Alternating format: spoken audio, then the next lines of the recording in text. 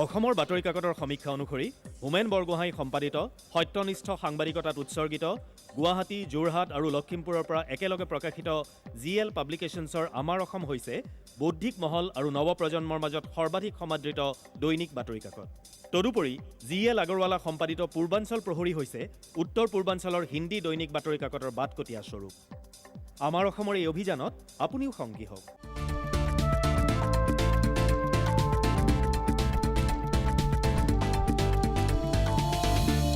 বৰগোহাঁইৰ সৈতে কথাবাৰ্তাত এই খণ্ডৰ অতিথি অসম চৰকাৰৰ গড়কাপ্তানি বিভাগৰ অৱসৰপ্ৰাপ্ত আয়ুক্ত আৰু বিশেষ সচিব, অসম লোকসেৱা আয়োগৰ প্ৰাক্তন অধ্যক্ষ, বিশিষ্ট লেখক আৰু গায়ক দেৱীচৰণ বৰা। বিষয় গীত শুনাৰ আনন্দ। মিষ্টাৰ বৰা, আপোনাৰ লগত বোধহয় তৃতীয়বাৰ দেখা সাক্ষাৎ হ'ল। আপুনি দুবাৰ আহিছিলে। তাহানিৰ দিনৰ গীত, সোণহেৰীয়া গীত, এইবোৰ গীত শুনাই কত মানুহৰ শৈশৱৰ, যৌৱনৰ, কৈশোৰৰ স্মৃতি আপুনি জাগ্ৰত কৰি দিলে। আৰু সেইকেইটা অনুষ্ঠান ইমানেই জনপ্ৰিয় হৈছিল, মই যিমানবোৰ অনুষ্ঠান কৰিছোঁ সেইবোৰৰ ভিতৰত জনপ্ৰিয়তম অনুষ্ঠানৰ ভিতৰত আছিলে আপোনাৰ দুটা। সেই দুটা, সোণহেৰীয়া গীত, তাহানিৰ গীত। আজি আকৌ আপোনাক মই গীত গাবলৈ মাতি আনিছোঁ। এইবাৰ হৈছে উদ্দেশ্যটো অলপ বেলেগ। গীতটো গাবই, কিন্তু বিষয়বস্তু বাছি লৈছোঁ গীত শুনাৰ আনন্দ। মানুহেতো গীত গায়েই থাকে, বাথৰুমতো গায়, অনুষ্ঠানতো গায়, চবতে গায়, কিন্তু গীত শুনিবলৈ বা উপভোগ কৰিবলৈকো কিছু প্ৰশিক্ষণৰো দৰকাৰ হয়। তাহানি আমাৰ হেমেন্দ্ৰ প্ৰসাদ বৰুৱাই মোক কৈছিলে যে তেওঁ এজন বাঙালী বন্ধু, পাৰ্বতী প্ৰসাদ বৰুৱাৰ এটা গান ৰাতি 6টা বজাত আৰম্ভ কৰি 2টা বজালৈকে একেটা গানকেই তেওঁলোকে শুনিছে। গানটো এনেকৈয়ে উপভোগ কৰিছে যে প্ৰত্যেকটো শব্দৰ যিটো ধ্বনি মাধুৰ্য সেইটো উপভোগ কৰিবলৈ, অনুভৱ কৰিবলৈ তেওঁলোকে সময় লৈছে। কিন্তু আপুনি গান আৰম্ভ কৰাৰ আগতে মোৰ এটা কথা মনলৈ আহিছে। আপুনি যেতিয়া প্ৰথম মোৰ জীৱনত প্ৰৱেশ কৰিছিলে, আপুনি গান গাবলৈ অহা নাছিল। আপুনি হাস্যৰসৰ এখন ৰচনালৈ মোৰ ওচৰলৈ আহিছিলে আৰু সেই কেইবাখনো ৰচনা আমাৰ অসমত প্ৰকাশ হৈছিলে। আপুনি বহুদিন সেইবোৰ লিখা নাই। তো আপোনাৰ সেই ৰচনাবোৰ যে লিখিছিলে হাস্যৰসৰ, সেই বিষয়ে আপোনাৰ পাঠকৰ পৰা কিবা প্ৰতিক্ৰিয়া জানিছিলনে? অগণন পাঠকে মোক কেনে পাইছে সেইটো মোক জনাইছে। এটা সামান্য উদাহৰণ দিওঁ কেনেকুৱা পাইছে। আজি এমাহমানৰ আগতে এগৰাকী মহিলাই মোক উত্তৰ লখিমপুৰৰ পৰা ফোন কৰিলে।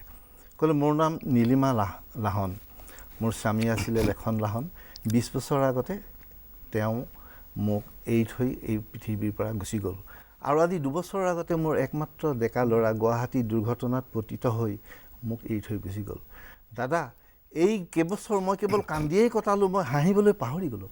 আজি 2 দিনমান আগতে এজন মানুহে মোৰ আপোনাৰ কেইটামান লেখা দি থৈ গৈছিল আৰু মই সেই লেখাকেইটা পাই ইমান হাঁহিলোঁ। দাদা, আপুনি মোক নতুনকৈ হাঁহিবলৈ শিকালে। মোৰ মনটো কেনেকুৱা হৈছিল। আপোনাৰ লেখা সাৰ্থক হৈছে। হয়, এতিয়া যে আপুনি গান গাব, আগতেই ক'লোঁ যে গীত শুনাৰ আনন্দ। তো আমাৰ সময় কম, আপোনাৰ গীত বহুতো, গতিকে মই বেছি কথা বাৰ্তা নকওঁ। কেৱল আৰম্ভণিতেই ৰবীন্দ্ৰনাথৰ এটা বিখ্যাত গান মনলৈ আহিছে, তুমি কেমন কৰে গান কৰহে গুণী, আমি অবাক হৈ শুনি কেৱল শুনি। গতিকে মই গান শুনাৰ আগতে অবাক হ'লোৱেই আৰু গান শেষ নোহোৱালৈকে মই প্ৰায় অবাক হৈ থাকিম। গীত শুনি আমি সকলোৱে আনন্দ ল'ব। গীতিকাৰ, সুৰকাৰ আৰু গায়কক স্পৰ্শ নকৰাকৈ সেই একেবোৰ গীতৰ পৰা কেনেকৈ আৰু অতিৰিক্ত আনন্দ বোনাছ হিচাপে আমি আহৰণ কৰিব পাৰোঁ, তাৰে কিছু চিন্তা চৰ্চা মই কৰিছিলোঁ। সেইবিলাকেই আপোনাৰ খবৰ আগত ক'ম। আৰু মোৰ কথাখিনি ক'বলৈ গৈ মই কেইটামান গীতো গুণগুণাম। গতিকে প্ৰথমতে কোৱা হয় এনেকুৱা যে গীত আৰু চিত্ৰৰ মাজত এটা নিবিড় সম্পৰ্ক আছে, এটা মুদ্ৰাৰে ইপিঠি সিপিঠি বুলি কয়। সেইকাৰণে মই কৰিছিলোঁ কি, মোৰ মনৰ তুলিকাত মনৰ কেনভাছত কল্পনাৰ তুলিকাৰে সেই গীতটোৰ ভাৱাৰ্থৰ এখন চিত্ৰ আঁকি লৈ, অথবা গীতটোৰ কলিটোৰ আঁত ধৰি এখন চিত্ৰ আঁকি লৈ মই মনতে গীতটো শুনো। তেতিয়া মই দেখিছোঁ যে গীতটোৰ পৰা মই যিখিনি আনন্দ পাওঁ, এই চিত্ৰখনে মোক অতিৰিক্ত আনন্দ অলপমান দি দিয়ে। উদাহৰণস্বৰূপে মই ক'ব পাৰিম ছাৰ, 1931 চনত ছালভাডাৰ ডালিয়ে এখন চিত্ৰ আঁকিছিলে, পাৰ্চিষ্টেঞ্চ অফ মেমৰি। সেইখন চিত্ৰ দেখি পালে ভূপেন্দ্ৰই এটা গান ৰচনা কৰিছিলে জীৱন ঘড়ীৰ প্ৰতিটো পল 1975 চনত কাছঘৰ বোলছবি জিতু তপনে দিয়া সুৰত এইটো সুমন কল্যাণপুৰে গাইছিলে অৰ্থাৎ এখন চিত্ৰৰ পৰা এটা গীতৰ জন্ম হৈছিলে এতিয়া মই দেখুৱাম এখন চিত্ৰই কেনেকৈ এটা গীত গাই উঠিছিলে ছাৰ 1511-12 চনত মাইকেল এঞ্জেলে এখন বিখ্যাত চিত্ৰ আঁকিছিলে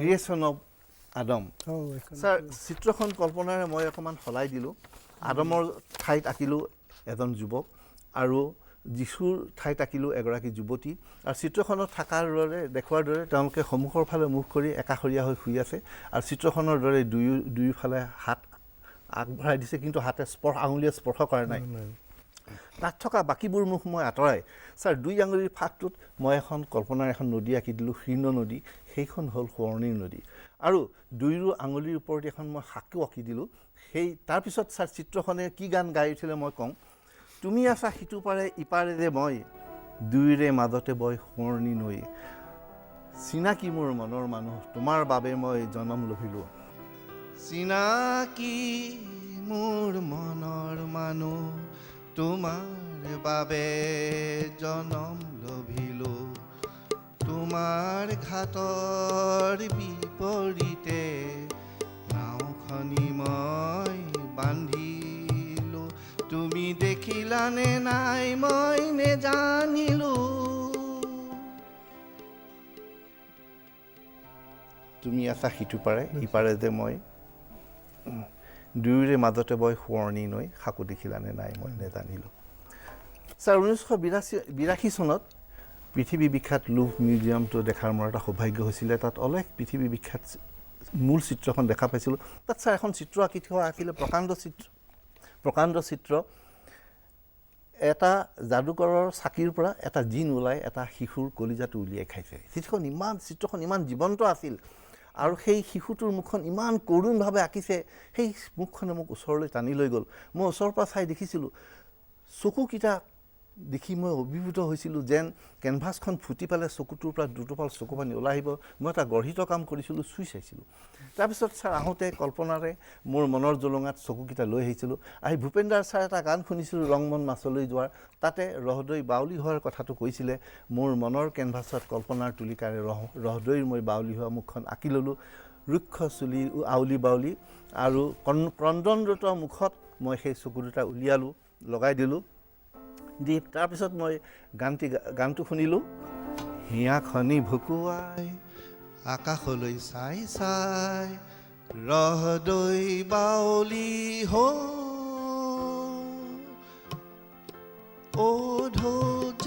গুচি নিশাকেনে এউচি ৰং মনক আনিবৰ হো গীত আৰু চিত্ৰৰ কথা ক'লোঁ এতিয়া মই এটা বেলেগ কথা ক'ম গীতৰ বিউটি স্পট এটা বিউটি স্পট অথবা সৌন্দৰ্য বিন্দু এগৰাকী নাৰী দেহত থাকিলে যেনেকৈ নাৰীগৰাকী আৰু সুন্দৰ হৈ উঠে মই দেখুৱাম অলেখ গীতত এটা বিউটি স্পট থাকে এইটো বৰ অভিনৱ কথা ছাৰ আপুনি যদি বিউটি স্পটটো চিনি ল'ব পাৰে মই ক'ম যে গীতটোৰ পৰা আনন্দখিনিৰ উপৰিও আপুনি উপৰঞ্চি কিছু আনন্দ সেই বিউটি স্পটকেইটাই দিব মই ছাৰ দুটা গান নাৰীৰ মুখত থকা বিউটি স্পট চকুৰে দেখা যায় কিন্তু গানৰ বিউটি স্পটটো কাণেৰে আৱিষ্কাৰ কৰিব ঠিক কথাই কৈছে ছাৰ আপুনি সেইটোৱেই বিউটি স্পট কিন্তু চিনি পাব লাগিব মই দুটা গীত ছাৰ গুণগুণাই দিম আৰু ইয়াত কোনটো বিউটি স্পট আৰু কিয় বিউটি স্পট সেই বিষয়ে মই ক'ম প্ৰথম গানটো ছাৰ হ'ল চিৰাজ বোলছবিত শিৱপ্ৰসাদ ভট্টাচাৰ্যই ৰচনা কৰি গোৱা গান আৰু নৱজাবি বিন বাতৰুৱা নৱজাবি তোৰ বিন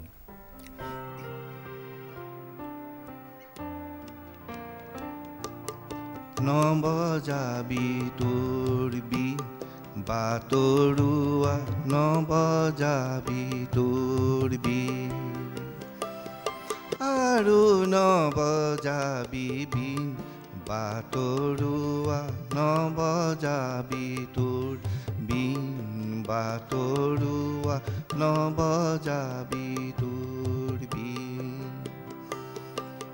জীৱনৰ হাততে কৰিলি বেহানি হেৰুৱালি তোৰ মোৰ হেৰুৱালি তোৰ মোৰ বিন খনি বাই কি হ'ব নৱ বিনালে ই যে তোৰ জীৱনৰ ভূল আৰু নৱ যাবি বাটৰুৱা নৱ যাবি তোৰ তাই তোৰ এতিয়া সপোন খুৰীয়া তাহানিৰ সোণালী দি আৰু নৱ যাবি বাটৰুৱা নৱ যাবি তোৰ এটা বিউটি স্পট ক'ত আছে মই দেখুৱাব লাগিব দুটা ক'ম ছাৰ দুটা গীত কয় সেই দুটাই কৈ দিম